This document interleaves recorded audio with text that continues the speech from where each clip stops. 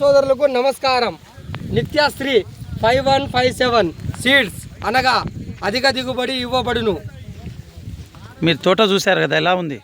పర్లేదన్న, అసలు పిందె కూడా మంచిగా ఉంది, దగ్గర కాపు ఉన్నది. తోటలో మిర్చి అనేది ఒక తాలు కూడా లేకుండా ఉన్నది. అది అలా చూసుకోండి మీరు. కాయ మచ్చ కూడా లేదు, కాయ సైజు కూడా కొద్దిగా బారుంది.